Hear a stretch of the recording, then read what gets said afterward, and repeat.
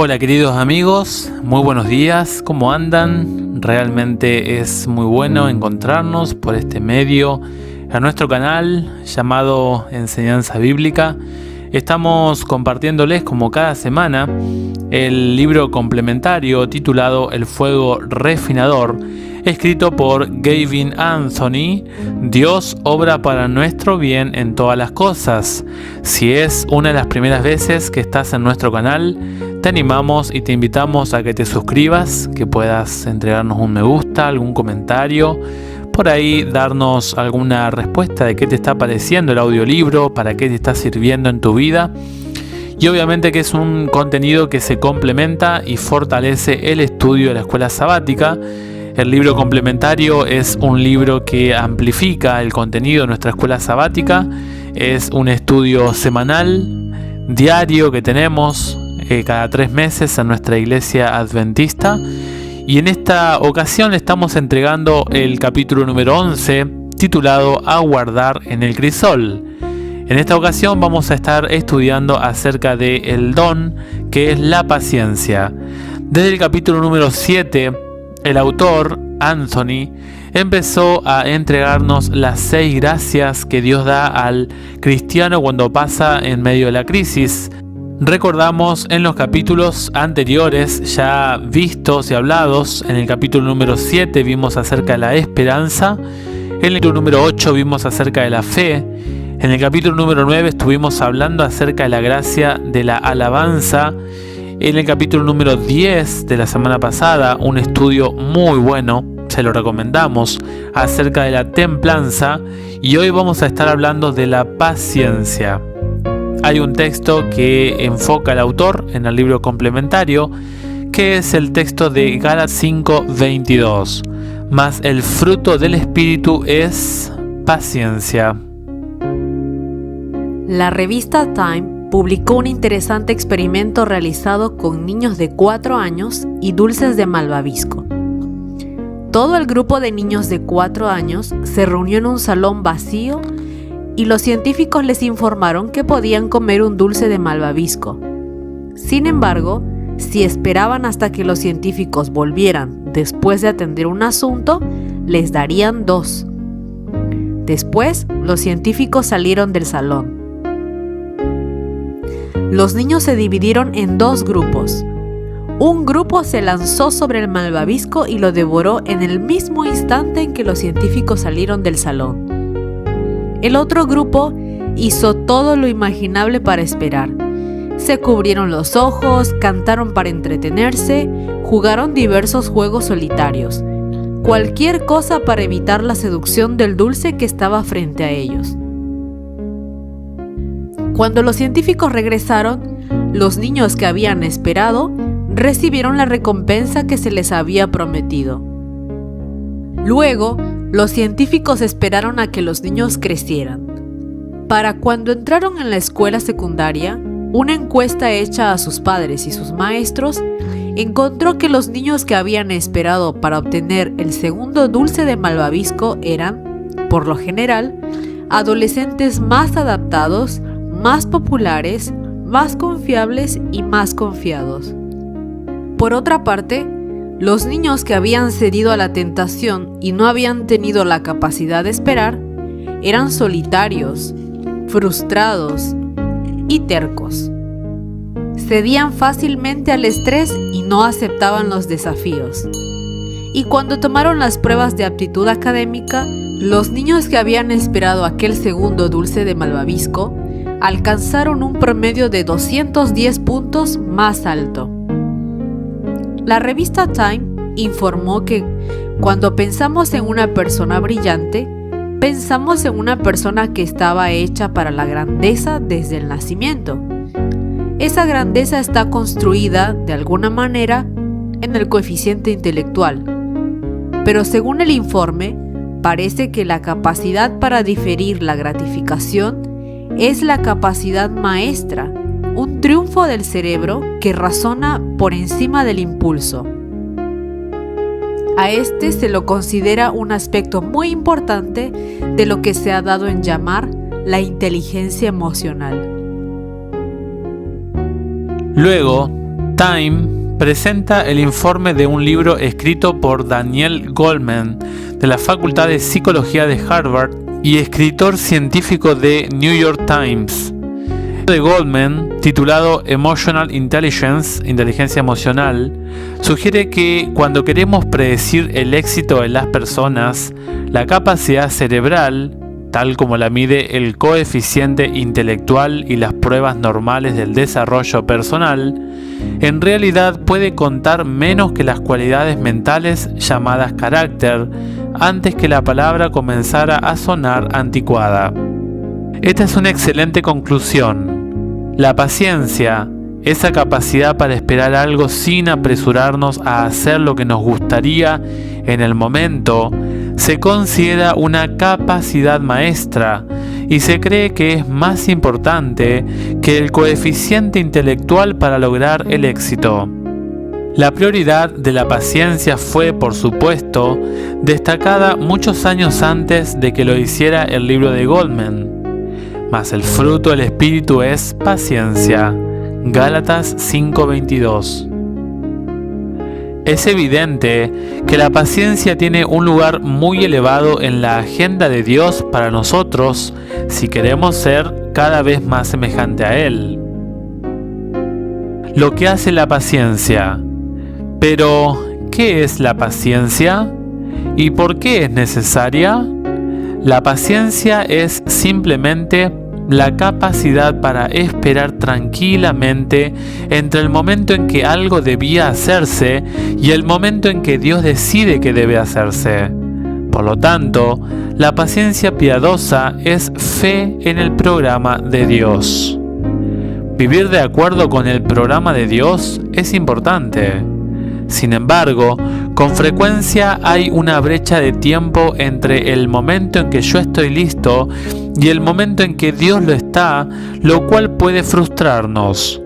Aprender a esperar con paciencia durante este periodo no solo nos ayuda para permanecer sometidos a la voluntad de Dios, sino también el mismo tiempo de espera nos ayuda a crecer espiritualmente.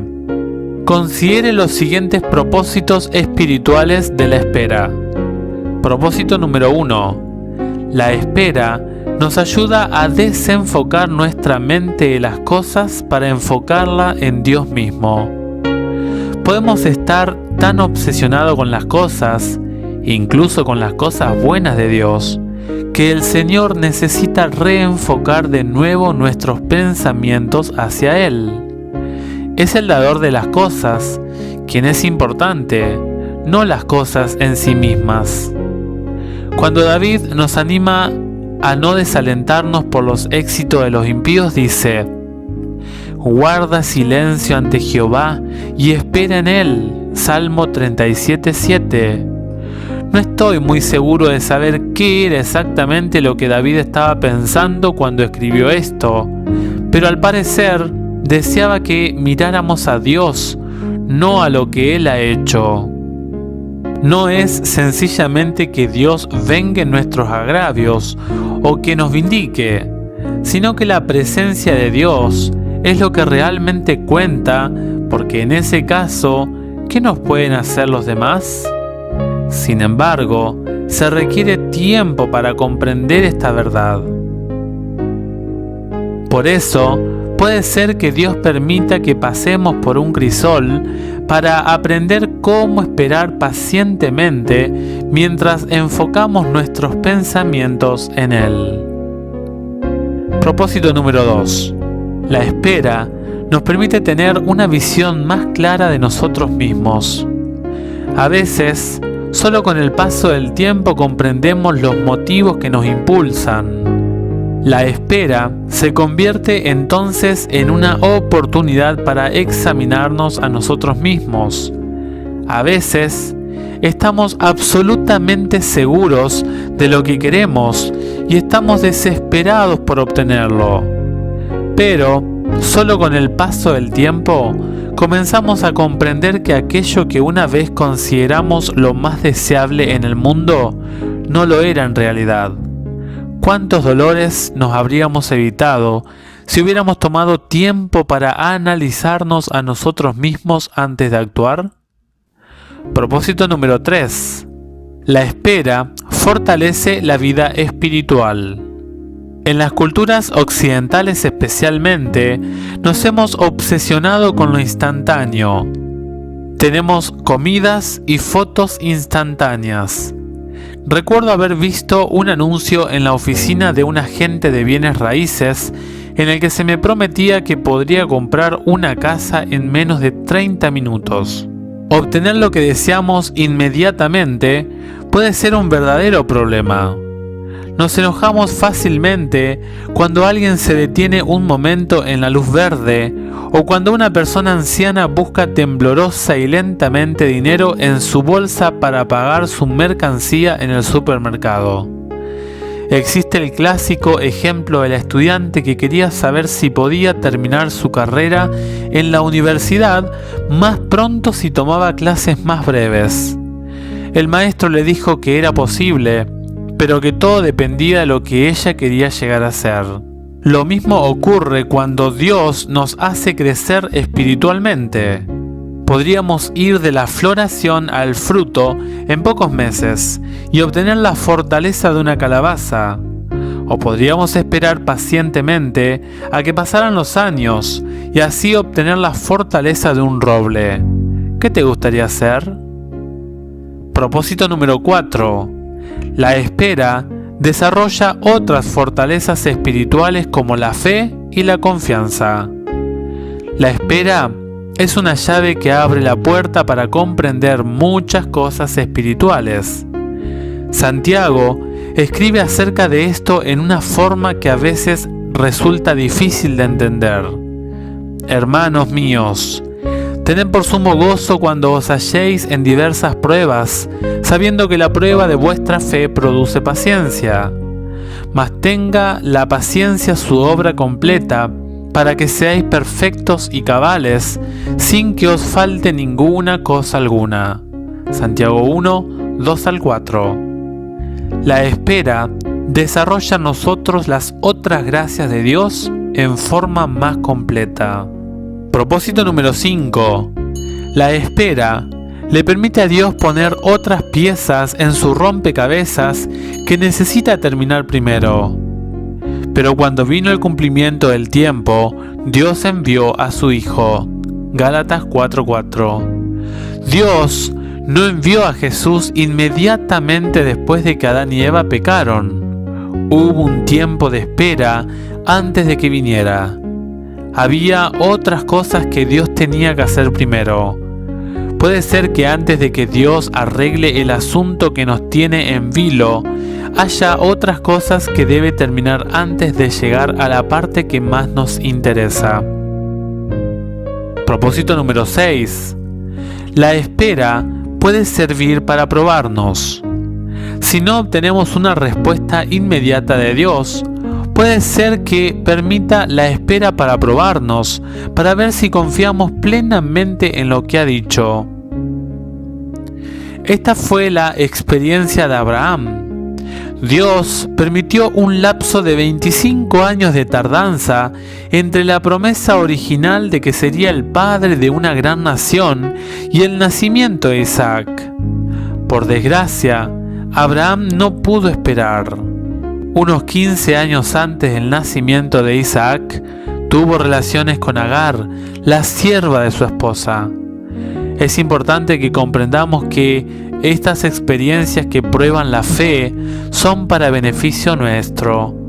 La fe queda fortalecida por el ejercicio. Debemos dejar a la paciencia hacer su obra perfecta, recordando que hay en las Escrituras preciosas promesas para aquellos que esperan en el Señor. Propósito número 7. Esperar. ¿Para qué? Nunca comprenderemos las razones. Durante un periodo de varios meses, Elena de White no pudo dormir más que unas 2 horas por noche. Con referencia a esto dijo: no puedo leer cuál es el propósito de Dios en mi aflicción, pero Él sabe qué es lo mejor, y le encomendaré mi alma, mi cuerpo y mi espíritu, porque Él es mi fiel Creador. De este lado del cielo habrá demoras que nunca comprenderemos, pero esto no debería preocuparnos. Ella continúa diciendo: si educásemos y preparásemos nuestras vidas para tener más fe, más amor, una mayor paciencia y una confianza más perfecta en nuestro Padre Celestial, sé que tendríamos más paz y felicidad cada día a medida que pasamos por los conflictos de esta vida. Al Señor no le agrada que nos alejemos de los brazos de Jesús a causa de nuestra impaciencia y nuestra zozobra. Es necesario que haya más espera y vigilancia serenas. Pensamos que no vamos por el camino correcto a menos que tengamos la sensación de ello, de modo que persistimos en contemplarnos interiormente en busca de alguna señal que cuadre a la ocasión. Pero no debemos confiar en nuestros sentimientos, sino en nuestra fe. Todo en el tiempo de Dios. Si bien hay muchas cosas que aprender de la espera, no es fácil, al menos para mí. Recuerdo cuando me mudé a Islandia y necesitaba un automóvil. Un amigo y yo nos dirigimos a la agencia de automóviles y de repente vimos exactamente lo que yo andaba buscando. Era un Toyota Corolla que tenía 2 años de uso, de un hermoso color azul marino. Yo había tenido un viejo Volkswagen Golf que acababa de regalarle a mi hermano, pero este Toyota era algo totalmente diferente. El dueño de la agencia de automóviles prometió descontarme un 20%, así que lo llevamos para probarlo. Comparado con mi Gol, era como un sueño. Tenía también un excelente reproductor de discos compactos. Cuando volvimos a la agencia, hice una oferta muy por debajo del precio que me habían pedido. Aunque no se aceptara la oferta que hacía, tenía suficiente dinero para pagar toda la cantidad. La agencia tenía el automóvil en consignación, así que decidió consultar con el dueño y luego me comunicaría la decisión. Mientras tanto, decidí volver al automóvil para revisar su sistema estereofónico. El sonido era asombroso. Nunca antes había escuchado un sonido tal en un automóvil. Muy contento, regresé a la oficina, donde el vendedor me dejó sorprendido con las siguientes palabras: lo siento, alguien más ha comprado el automóvil. Mientras yo estaba sentado en el vehículo escuchando un disco compacto, otro cliente que había visto el coche más temprano ese mismo día volvió y entregó al vendedor el precio total en efectivo. Me quedé sin habla. ¿Cómo podía Dios hacerme esto después de tantas oraciones que había elevado al cielo?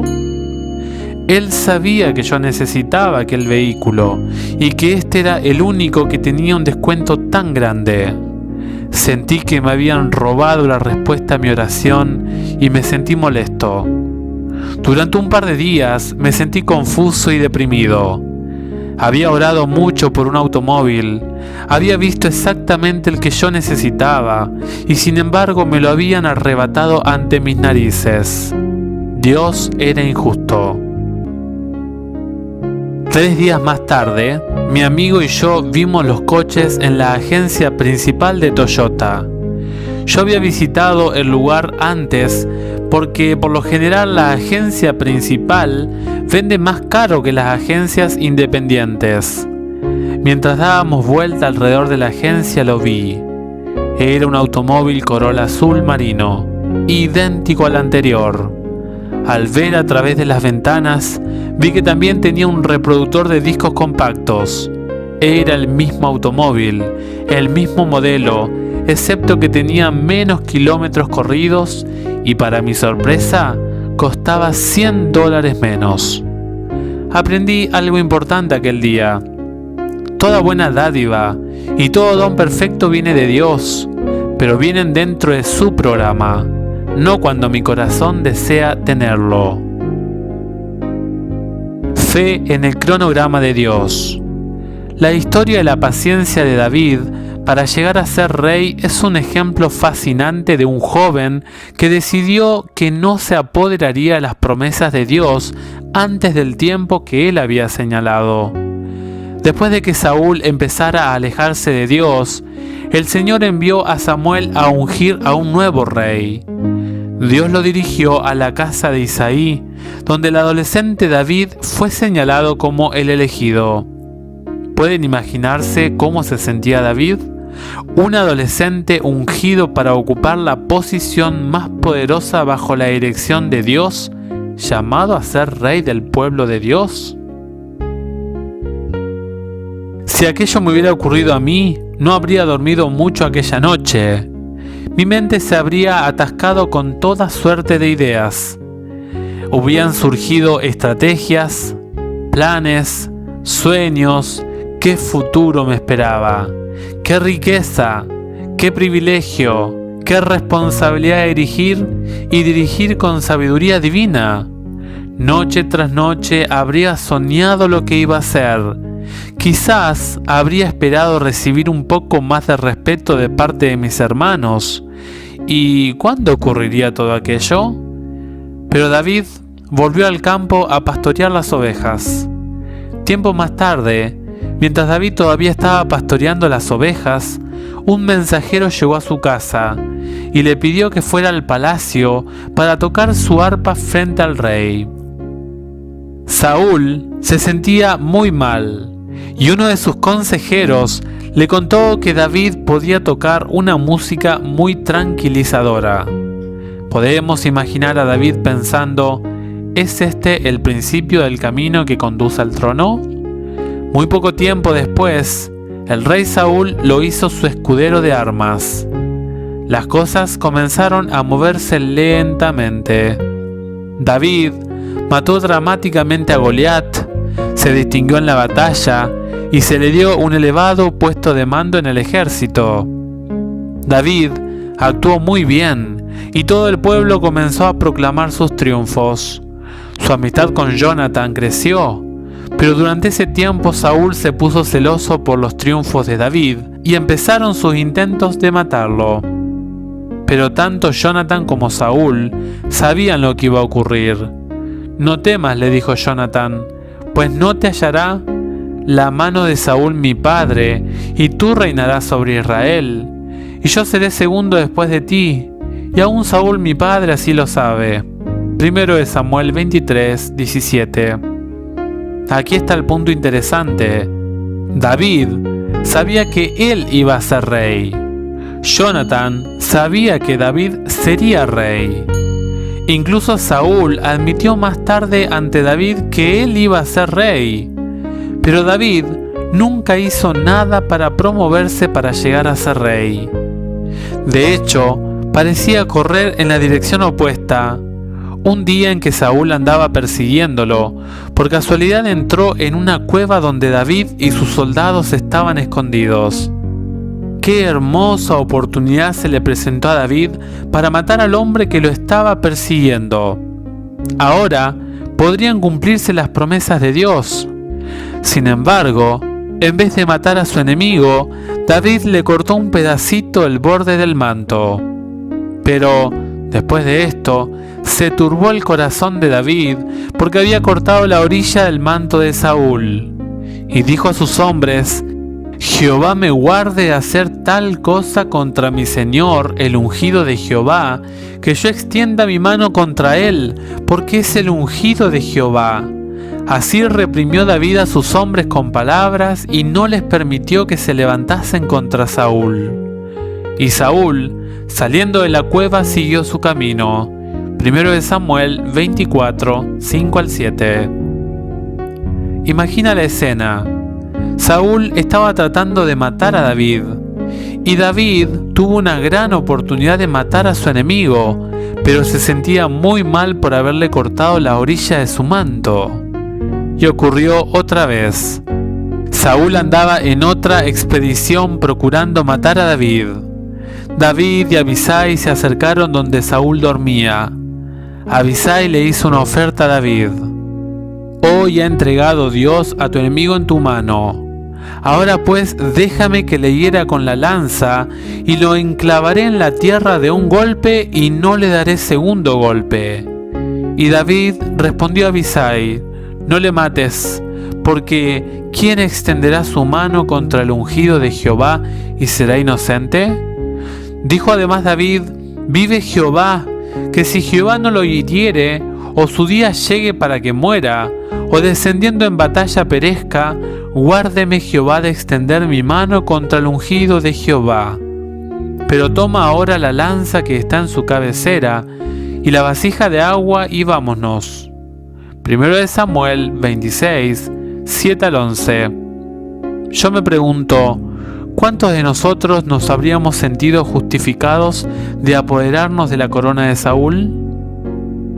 El mensaje de la vida de David es claro.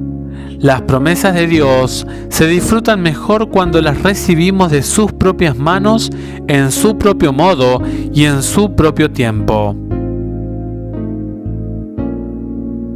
Queridos amigos, hasta aquí la primera parte del libro complementario del capítulo número 11, A guardar en el crisol, escrito por Gavin Anthony, titulado El fuego refinador. Dios obra para nuestro bien en todas las cosas. Deseando que este contenido te ayude a ti, te fortalezca en tu vida personal y sigue estudiando tu escuela sabática. Que Dios te bendiga ricamente y nos encontramos en el próximo audiolibro. Bendiciones.